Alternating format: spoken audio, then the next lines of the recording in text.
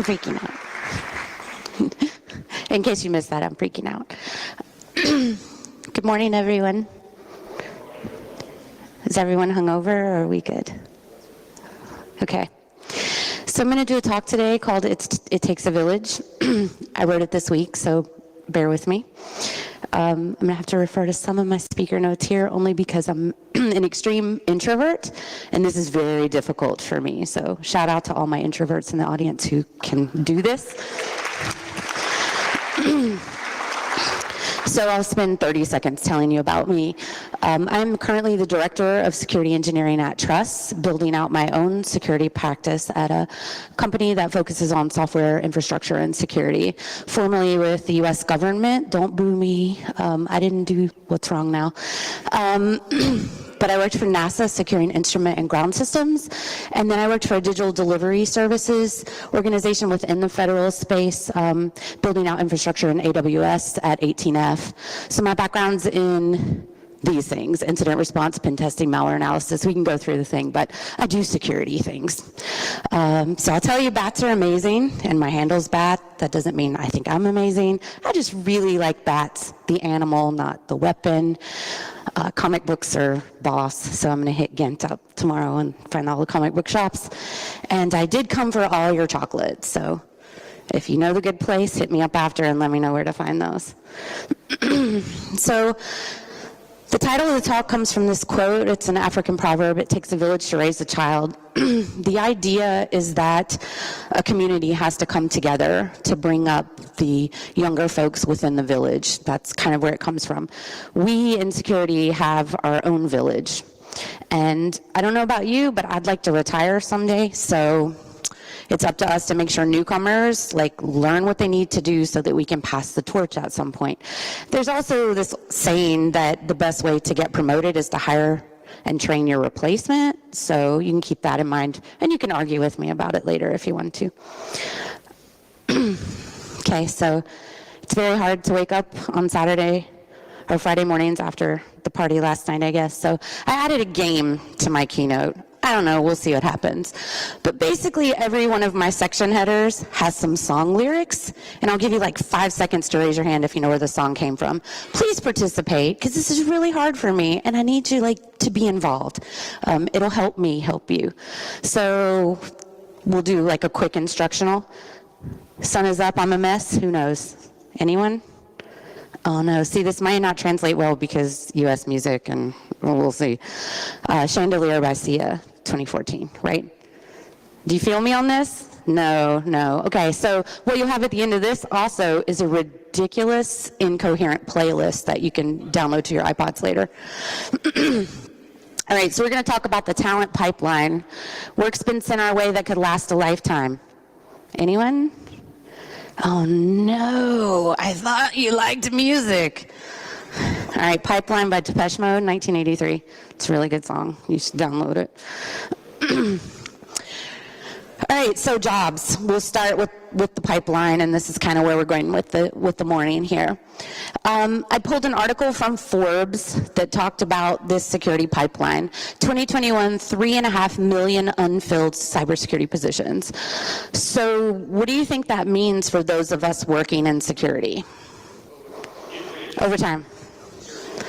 Job security, yeah, I like the glasses half full attitude.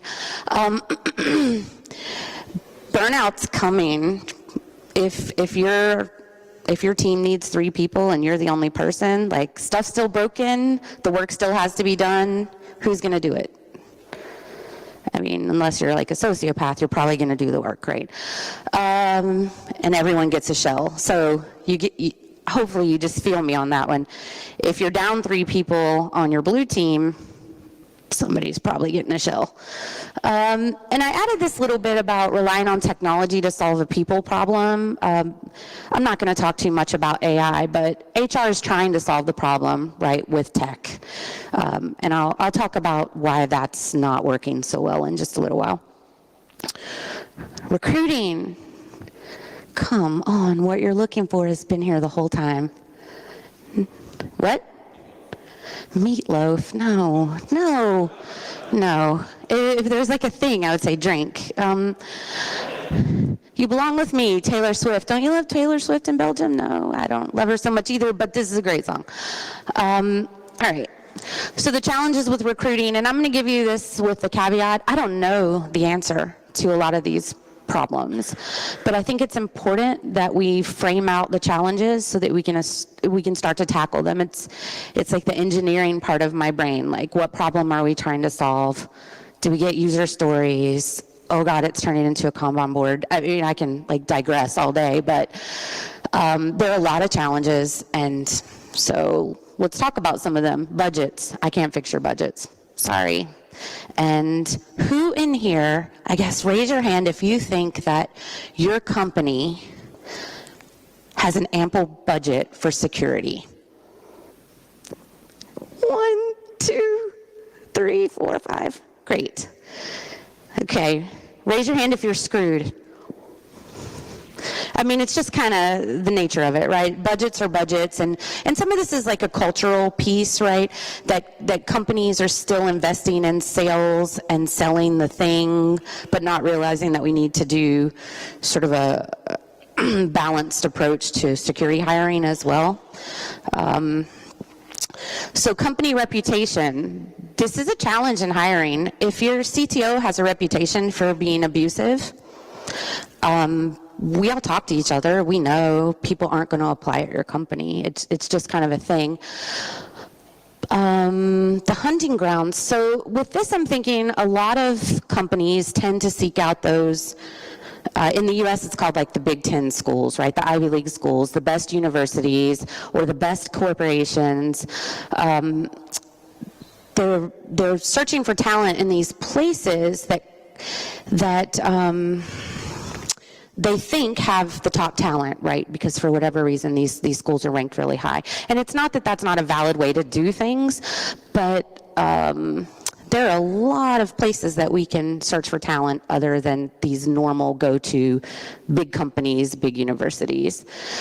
Distributed teams have become a challenge in our space. You know, 5 years ago, maybe, I don't know, we debated this a little bit yesterday, but definitely 10 years ago, you didn't see security folks come up and say, I want to be remote as a job requirement, right? Or I don't want to travel a lot, or I don't want to work in an office. I mean, we SSH into everything anyway, for the most part, right?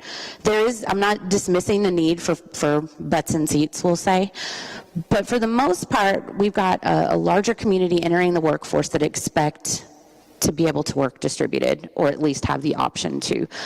That's a challenge for companies that are still culturally living in a space where managers want butts and seats, right? Leaders just want good talent. So, you know, we have to think about that mind shift. And then job descriptions in the 10-6 ratio. So there was a study out of HP, and then Forbes took it a step farther, and then another polling organization took it even farther. And I've put some references for you in my slide deck for the takeaway. But essentially what it says is when you write out your job descriptions, men, and this is grossly gendered, and I'm sorry, but this is what we're going to do right now. So men tend to apply for jobs if they meet about 60% of the requirements on a job description. That's reasonable, right? What we tend to see is women and minorities applying for jobs only if they meet like 95% to 100% of the job requirements. So if you think about the way that you're writing your job descriptions, we all want that like black unicorn, right? The person who can come in and Java and Perl and Ruby. But do you really need that? Like, or do you just need one person who can write tools in one language, right? So we have to think about the way we're doing that. Okay, let's talk about unconscious bias and just get it over with. I think there's a fault in my code. Anyone? Halsey, yay. Your prize is that you get to know that you're smarter than everyone else in the room right now, but only for like the next 30 seconds.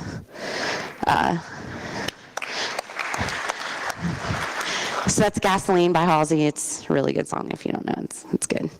All right. So unconscious bias. I'm not going to read these things to you. You know this stuff exists. It just does. I will admit that in the US, we may face different types of bias than you face here in Europe. And so I'm not going to speak to those because I don't know. I don't live here and I don't know what you're facing day to day. But I can tell you that I've never been anywhere that these things didn't all exist in some form. So I'm going to say the first 4 just suck. Try really hard not to do that. I don't know what else to say. For stereotypes, that's a subtle one. And I'm going to tell you a story about one of my friends because it just seems like a good way to kind of talk about stereotypes. She became the first female red teamer at her security firm. And we were all so excited for her, and she's like jamming it out, writing tools, popping shells, like she has a mentor, everything's going great. Until her team sort of has a social breakdown. I don't know if I have a lot of pen testers in the room or folks who work with pen testers. I mean, we can be kind of hard to work with sometimes, right? I was just going to put that out there. So her manager's solution was to pull her out of her pen test role, where she was very happy, and ask her to be the project manager that handled the red team for 3 months until they were able to bring in another project manager. So what's this done to her, right? The work that she enjoyed doing, she's not doing now. This other burden has been placed on her shoulders, and we'll call it emotional labor, that all of a sudden, because she was the woman on the team and because she was friendly and she got along with everyone, they thought, oh, well, we'll just move her out of the role that she's doing that's very technical, that she's very comfortable in, and we'll move her into this place where she's solving what is ultimately a team and human resources problem. And that's not what she signed up for, and that's not what she's getting paid to do. And that's like a subtle stereotype, right? That she could fix it because she's a woman, and she can get all these guys to be nice because they're mean to each other, but they won't be mean to her. And shitty for her, right? Because now all the things she was excited about doing are put on hold. And her career is essentially put on hold until they decide to bring in a PM. And what if that person can't solve the problem, right? So tribalism's a little different in the way that it manifests in our culture. And this is going to seem like such a weird question to ask, right? But can all my introverts raise their hands? Good answer. So this is the thing. Introverts don't, I know for myself, speaking for myself through my own filter, I don't mean to be tribalist. I just tend to flock toward the people that I already know and that I'm already comfortable being around and comfortable talking to. But how do you think that the junior or the intern in the room who really just wanted to ask me a question feels when they see me kind of flock to my people? Like, do you think they're going to come up and interrupt me or try to talk to me? What if they're an introvert too? So there's a breakdown in communication, and so tribalism, not to be confused with being an introvert, but just be aware that sometimes it can feel that way to your spectators. Let's talk about networking and some of the challenges in our pipeline and things that we can look at. Oh, I get by with a little help from my friends. If you don't know this, I'm just quitting. I'm not stopping until somebody answers. Beatles, thank you, finally. So is that what it is? I needed to pull in a European? Okay. So 1968. All right, so network. I've titled this slide, Homie, Don't You Know Me, right? Like, how many people have gotten a job because somebody referred them? Or because they knew somebody that already worked at the place? And you don't have to know them personally, right? Maybe you met them on Twitter. Maybe you met them on LinkedIn. I don't know. Maybe you met them through your best friend's girlfriend. Like, who knows? But networking's a big deal. It builds trust. So if 2 people come in off the street to apply for a job, and I have 1 open spot, I'm probably going to give the interview to the person that has has been referred by a colleague that I know and respect who may have even worked with the person in the past. And that's just the way it is. Again, not sure how things work here, but in the United States, we have this thing called USA Jobs, and it's our portal for federal work. If you just cold apply into USA Jobs, your application can sit there for years without anyone looking at it. And so people think it's very, very hard to get a government job. But if your friend is already a Fed or a federal employee and hands your resume to their boss, like you're in, the part about applying through USA Jobs happens at the end when they're ready to hire you, and they just need to capture your information and, right, cross the T's, dot the I's. Referral bonuses fall into networking. Why do you think that is? Does anyone's company here have referral bonuses? Do you know what these are, right? You bring your friend over, they get the job, they get a job, you get a bonus. It's win-win, right? But what if you come in and you suck and you're like the worst and your friend referred you? Like, what does that do to their reputation? Right? No bueno. So if you can find a way to network and make friends or acquaintances, business contacts, whatever, it's a win-win for them if they can refer you for a job, right? Everyone kind of understand what I'm saying there? So I'm speaking a little bit to the hiring managers in the room right now. If your company doesn't offer a referral bonus program, you're probably missing out on some talent that you didn't even know was available, right?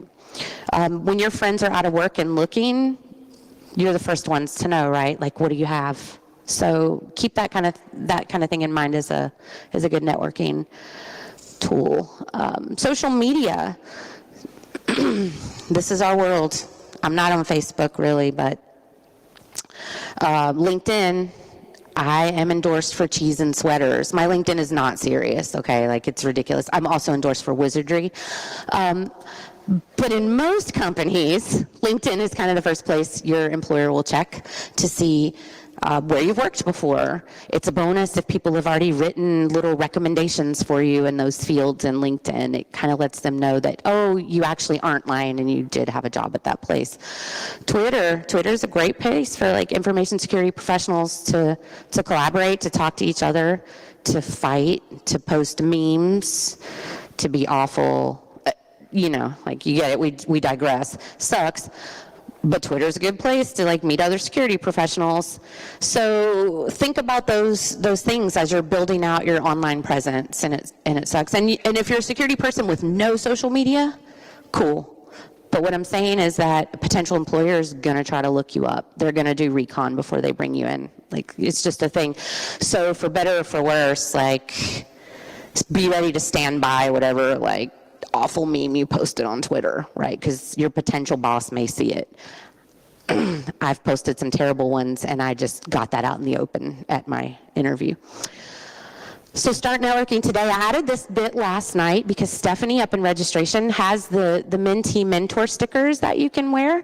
And there was a little event yesterday where folks were networking and talking to one another, and she's got a stack left. So if you want to start networking, you can do that today. Go grab a mentor or a mentee sticker, or you can think of it as a hiring looking sticker, but it's a good way to find your counterpart and just have a conversation with each other.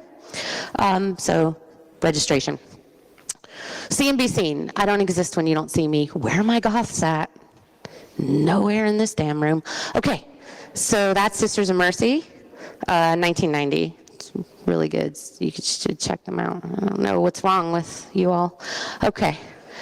All right, so I'll break it up just a little bit. I don't do this too often in this talk today, but I have some tips for employers, and then I'll have some tips for people who are looking. So focus on your brand. So for my employers and folks representing their companies in this room, branding has always been kind of a marketing term, right? We think of it in terms of logo and, websites, and, we're moving past that for branding now. When I talk about branding, I'm talking about your company's culture, your company's values. Are they listed on your website? It sounds very soft skill-ish, But I can tell you that underrepresented groups in technology are checking your websites, and they are looking for some sort of statement of company values, some sort of statement about culture, even some statement about families, benefits. The employees are doing recon on your companies as well, so just be aware of that. Your job descriptions. You probably need to go back and, like, half of you should go back and rewrite half your job descriptions. There are some little things that you can do in your job descriptions to attract more talent. Like, it's just proven. There's languages, there's phrasing. There are even tools out there, if you're, a tech nerd like I am, that'll help you. There's a tool called Textio, and it'll scan your job description for little flags that may make your description of the position seem biased. So here's an example. Did you know that if you put sports references in your job description, consciously or unconsciously, it kind of turns people who aren't into sports off? So if you are like, we're going to knock it out of the park, or a par for the course, like, if you're not really into sports, you're just like, well, what kind of culture is this? I don't want to go and talk about sports all day. It's just a thing. With the phrasing bit, there are some mistakes that you're making in job descriptions because you want to find the person who knows everything about everything, and don't we all? I do. So let's say you have an open position and you list that you are looking for someone who knows, well, how do you put it? You'll put proficient in Python, Java, Ruby, and Swift. Do you really need that from one person? Do you really mean that? Do you want somebody who's like okay at all four, or do you want somebody who's really good at one? Because, I mean, at the end of the day, you can build the tool in any language you want as long as the tool works. Like, I don't care what language you write it in. So maybe you just, a simple word change from and to or would open up the pool of applicants that then feel like they should apply to the position. And this goes back to that 10-6 ratio, right? If I see that you want all four of these languages and you have the and, like, I'm not qualified for that role. But maybe I was. Maybe that was just your laundry list looking for, like, your magical security fairy who could come and do all these magical things. Those folks are rare. And then taking chances. So that's part of it, right? Like, what if you switch to or? What if you interview someone who only wants to code in one language?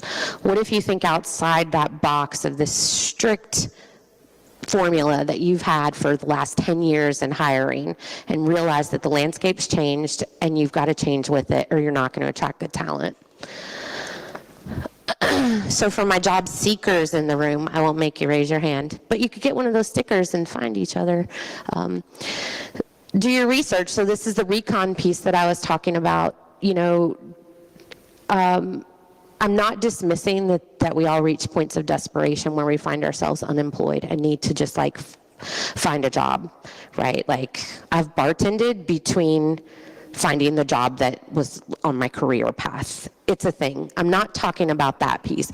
I'm talking about if you kind of have the luxury to look around for a job, or you're a senior in college and you're trying to think about what's next, or you feel underemployed, undervalued in your current role, but you have a job. It's a little bit easier to find a job when you already have one. There's some kind of conscious thing that's happening in your brain that makes that possible. But do your research.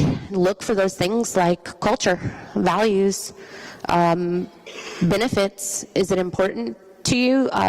This also can speak back to phrasing. One of the other things that I've seen lately on benefit sites is companies offering maternity leave. Okay, but what happens if you're a male-male couple and you see this place has maternity leave? What happens if your wife is the breadwinner and you're thinking about staying home for a little while, but it says only maternity leave, right? So a simple shift in maternity leave versus family leave, right? could attract more talent. So for folks looking, if this is important to you, look for that word family leave, you know, if that's important to you. Tune up your resume, practice interviewing. I'm going to give you a link at the end to my really horrible website, and the only thing on it is the link to my GitHub repo. But what I've done is build out a workshop that partners, mentors with mentees in the security space for hiring managers to help folks tune up their resumes, right? Get past the keyword filters, add relevant experience, practice interviewing. How many people in the room nailed their first job interview? Just like nailed it, right? Good job, man, that's great for you. For the rest of us who went home and cried and thought about all the things we should have said, yeah, I feel you, like, oh. And then how many people like sent the email after, oh, I forgot to tell you, I realized the answer to this technical question after we hung up the phone. And then the hiring manager's like, oh, you Googled that shit. Like, I know you did. You went right to Stack Overflow. So practicing though, it'll help you understanding the question. So in that framework I've got on my GitHub repo, there's also sample questions now for cultural pieces, technical pieces, whatever you feel like your weakness is in that area. It's never good to try. And I'll plug it again at the end, but the goal of this framework is for you to go out into the world and take the framework to your own conferences, communities, workspaces, and help each other. And then the same thing, take chances, go with your gut. So the go with your gut piece is, let's say you're in the very fortunate position that you're offered 2 jobs at the same time. Has that happened to anyone in the room, that you get multiple offers at one time? It happens, right? Because we're applying to a lot of places when we finally like said, okay, I'm going to do this. My resume is awesome. You throw a wide net, right? But then, oh shit, now you have to make a decision. How do you make it? So that's this go with your gut piece, and that's really all it is. If it's a job and it pays, you know, $20,000 more than this other job, is your knee jerk to take it because you need money? But what if this other job really lays out their mentorship programs, their professional development plan, and show a real commitment to your growth in your career rather than just paying you for a job, right? You're going to have, everyone in the room will probably have a different spin on that or a different type of answer for that, but it's something to think about, and you just have to kind of, at some point, go with it, right? The choice not made is the one you're given, so don't take too long. All right, so hiring. Come on, give me a break, will you? Anybody? No, I'm going to give up on my game. Take a chance on me. ABBA, 1978. I'm looking forward to seeing you all like increase the downloads of these particular songs. Right, so hiring challenges. Your budget, remember that thing, I can't fix your budget? Hiring costs a lot of money. Think about how much money your folks make, and then how much time spent during interviews. That's money that you're paying them that they're not actually doing the job that you hired them to do, right? Interviewing costs money. Recruiting costs money. If you're doing it right, it's going to cost you some cash. And let's say you hire the person. Onboarding costs money, right? Who's seen in a job interview or a job description that term, hit the ground running? Anyone? Like, that term is such bullshit. No one hits the ground running, right? Like, unless you're maybe in a different field where, like, here's your job, move this bottle to this, like, you don't hit a security job running. Like, it's just not a thing. You access. Who got access the first day at their company? Right? That's probably because you set it up yourself, Rob. All right. So human resources is a challenge. And again, I don't know how this translates here, but in the United States, human resources tend to be like one of the biggest blockers for us actually bringing in good people. So there's this one piece with the filters, right? Let's solve the problem with AI. We can train the machine to spot the keywords and the good resumes. Okay, so I'll tell you like a quick story about that. In my government position with 18F, I was a term employee, which meant that I had a 4-year term. It was under an Obama initiative, and you finish your 4 years, and then you're out. So as I neared the end of my 4 years as acting director of infrastructure engineering, they found funding to make that position permanent. Great. So they came to me and asked me to write the job description for my own job and to apply for my own job through USA Jobs, because again, the system is so broken and convoluted. And about 2 or 3 weeks later, the director asked me, like my director above me, asked why he hadn't seen my resume in the pipeline yet. Was I not interested in the position? Okay, so feel me here. I wrote the job description based off my own resume and submitted it, and I didn't get through HR filters for my own job.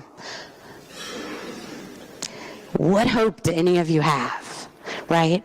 So in those, my GitHub repo, I have some keyword things that you should add to your resume, and I'm telling you, you should like research, really read the job description, and if you notice any words that sort of stand out to you in the job description, figure out a way to work them into your resume, because like the reality is you have to hack the system, which is just weird. And then job descriptions, like, do you feel my theme with job descriptions yet? Like, so the pipeline, when we're thinking about the pipeline starts with what, right? Someone needs a job. The job description is kind of the first thing they see. So if you're choking at the job description, like you've bottlenecked your whole pipeline. So let's think about ways to open that up so that we get lots of applicants and we have a different problem, right? You're not gonna know. I don't even know why I bother. Only time will tell if you can break the spell. No one knows Shakespeare's sister. Okay, well, 1992. Maybe I'm just dating myself. Should I have picked more modern music? Is it a metal thing? Did you want metal?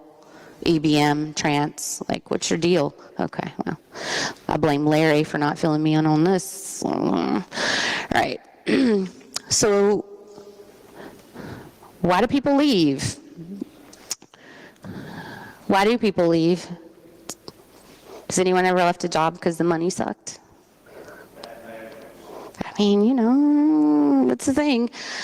Your work culture, who just couldn't work for that manager one more day, or they were going to just go nuts, right? Who hated their team members?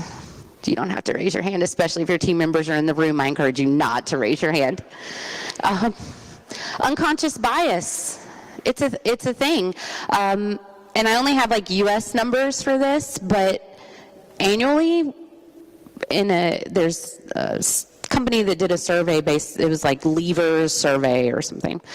2 million, at least in America, 2 million folks leave their jobs voluntarily every year because they feel like it's either unfair or there's a sense of any of those unconscious bias things that we talked about earlier that were terrible, and that translates to billions of dollars in cost, either with lost revenue or reopening the hiring pipeline each year. So work culture is super important. It's not just a frou-frou soft skills thing anymore.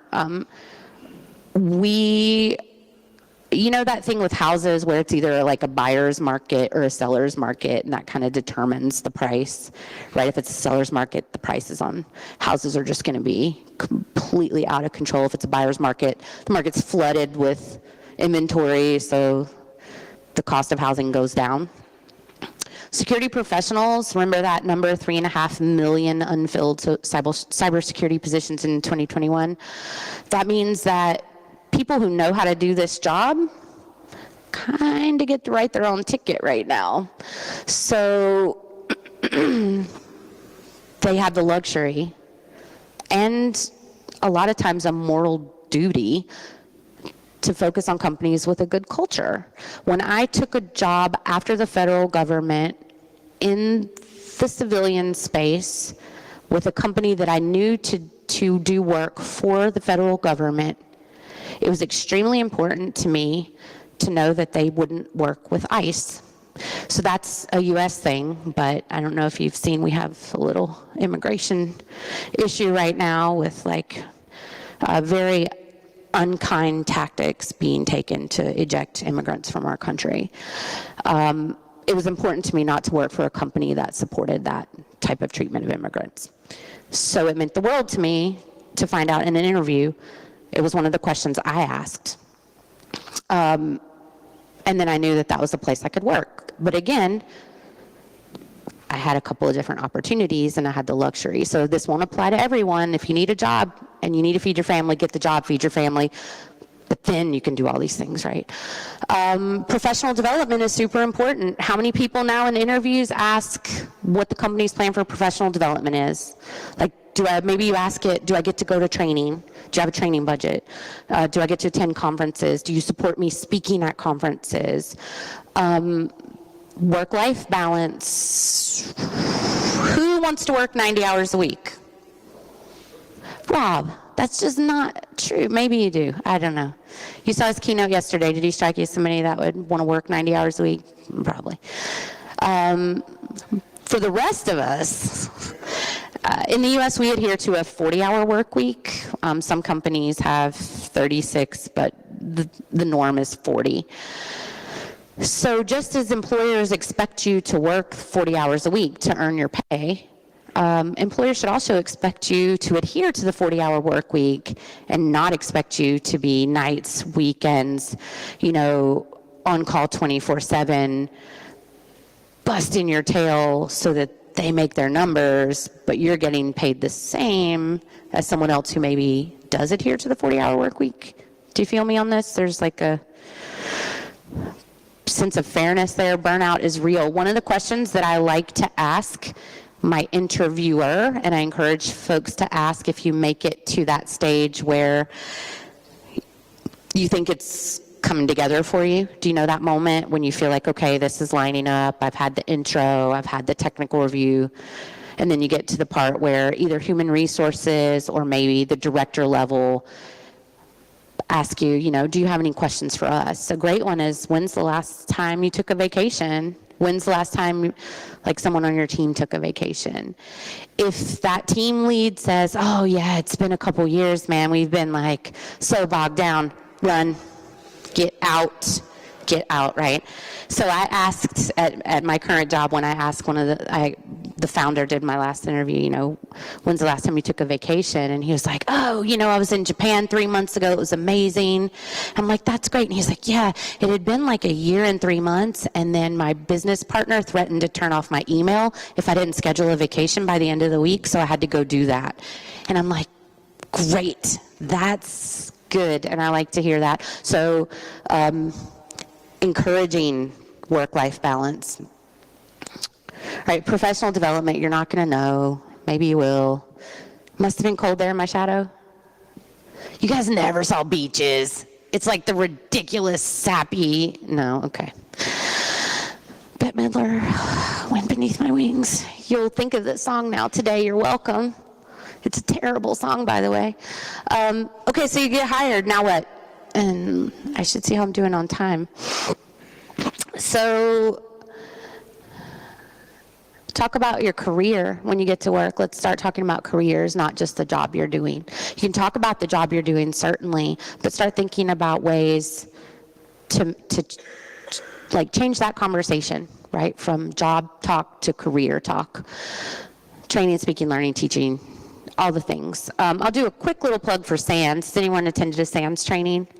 They're really expensive. Has anyone had to pay for it themselves?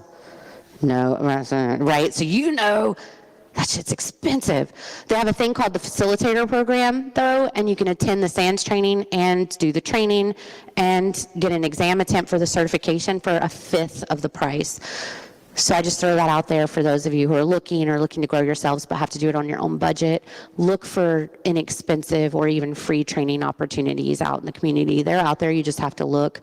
But if you think a CERT will help you with the job that you want to get because it lists what CERTs they want to see, and you just don't have the cash to do it, think about the facilitator program. That's all. I've done it a few times because the feds had a $3,000 annual budget for training, and one SANS training can be about $7,000 in the US. So, okay.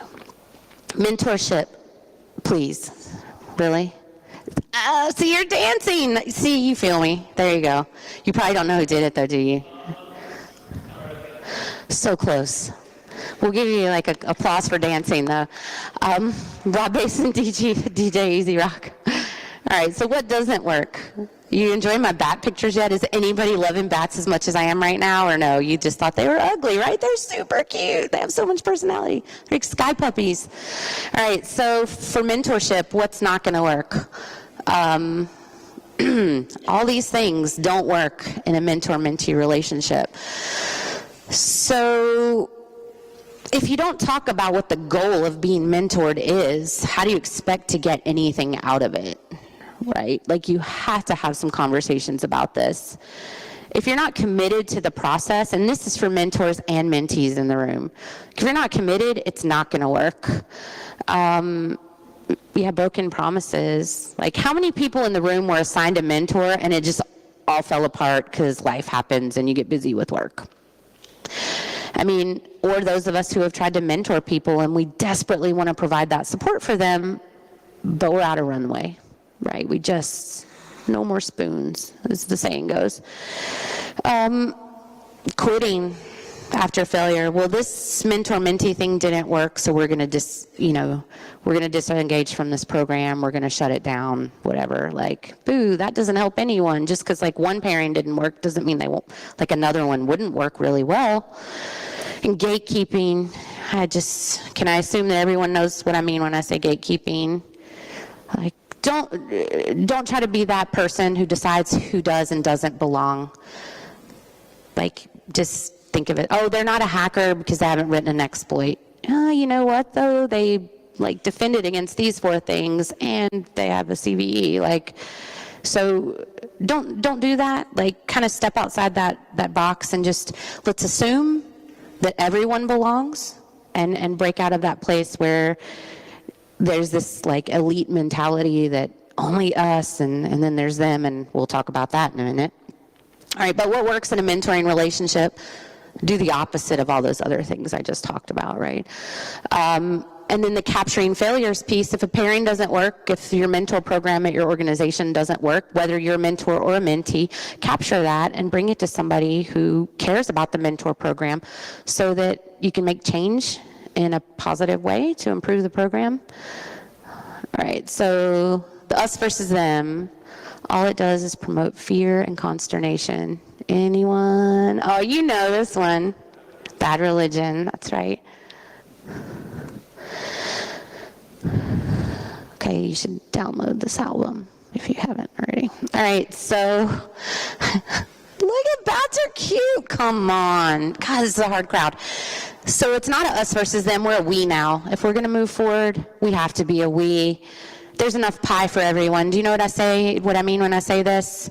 So if you think about the piece of pie and you cut it and, there are 8 people in the room and they all get a slice. If that guy takes 2, then, somebody's not getting pie. Or what if 2 more people come in? Well, we're out of pie. No, there's just enough pie. So jobs, opportunities for everyone. Remember that number, 3.5 million unfilled positions in the next year.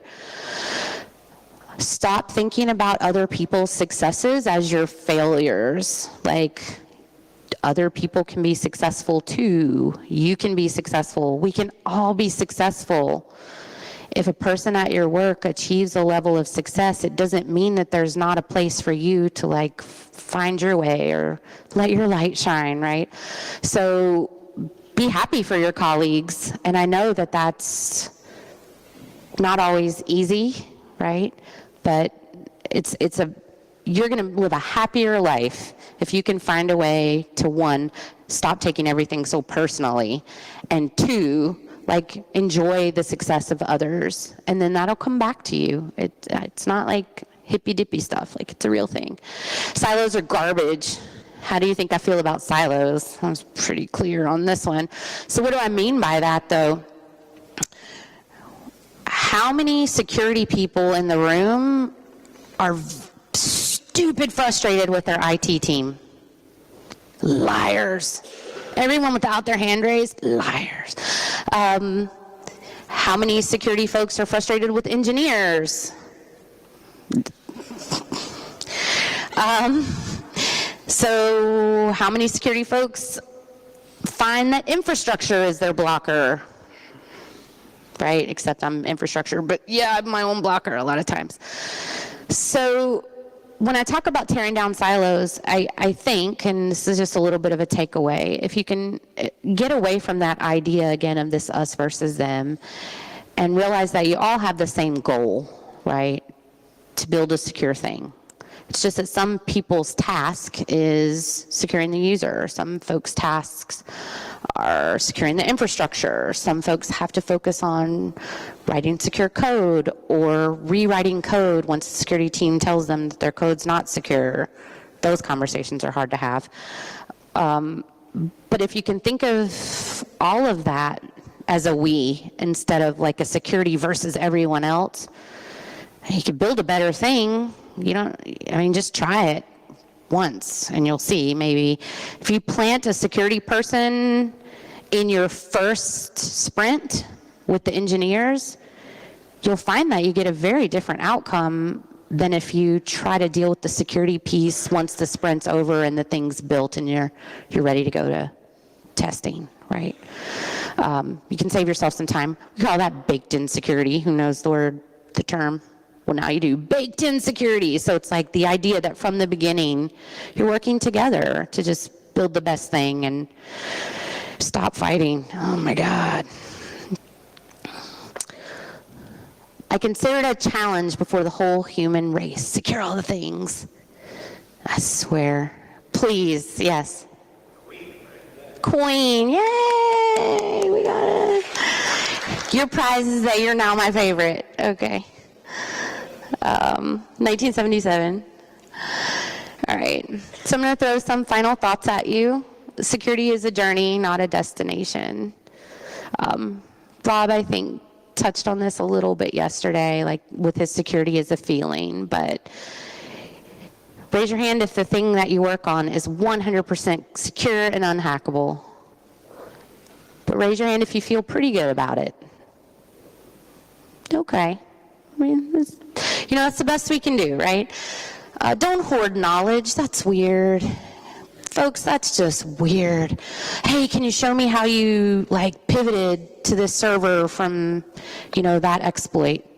No. What? Okay, that person's never going to ask you another question. How about, let me write this report that's going to take 12 times longer than it took me to pop the box, and then we can sit down and I'll show you what I did, right?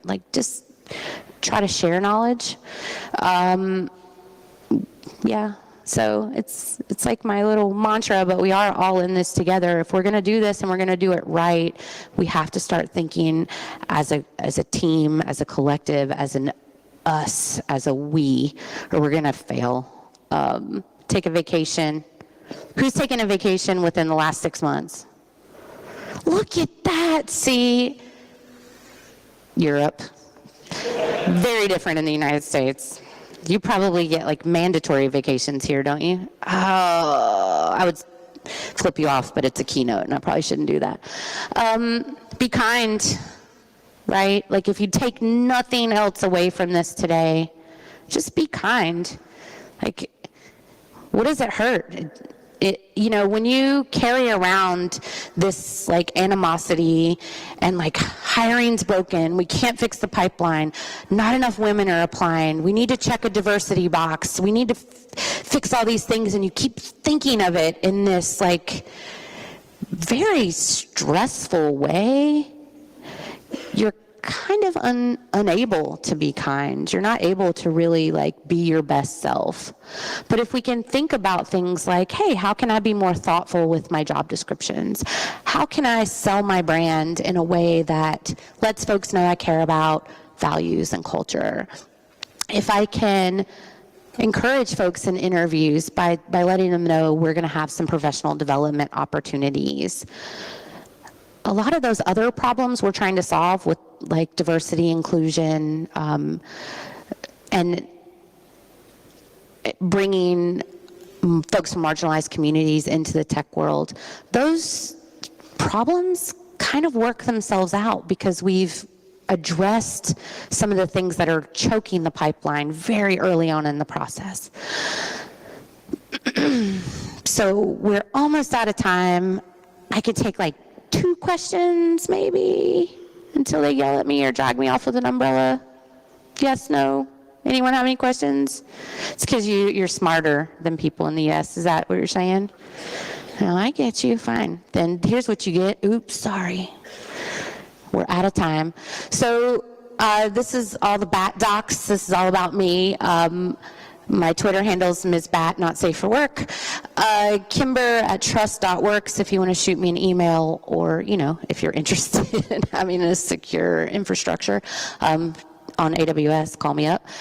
But this mock interview and resume workshop repo lives at stabops.com. And that's where you'll find the repo. If you want to contribute, if you have a community project that you're working on that partners, mentors, and mentees, feel free to contribute to the repo. Like, let's build it up. It's a community effort. I just happen to own it or maintain it, but everyone's welcome to take it back to their communities. If you heard, PyCon has used the framework at their conference. A lot of B-sides in the United States have used them, and I've gone to a few conferences and run the workshop myself. And then also a hacker cookbook. I put this in here because I assume that your food is far superior to the food that's been contributed from the United States. This is food. These aren't exploits. That's a different hacker cookbook. This is actual food with like beer and wine pairings. Feel free to contribute a recipe to the repo. Franklin down here and I and another person, Dan, work on PCB projects. So those things that you see, like you're wearing one today, we build those too, and we've got some projects up on the Deadlock repo.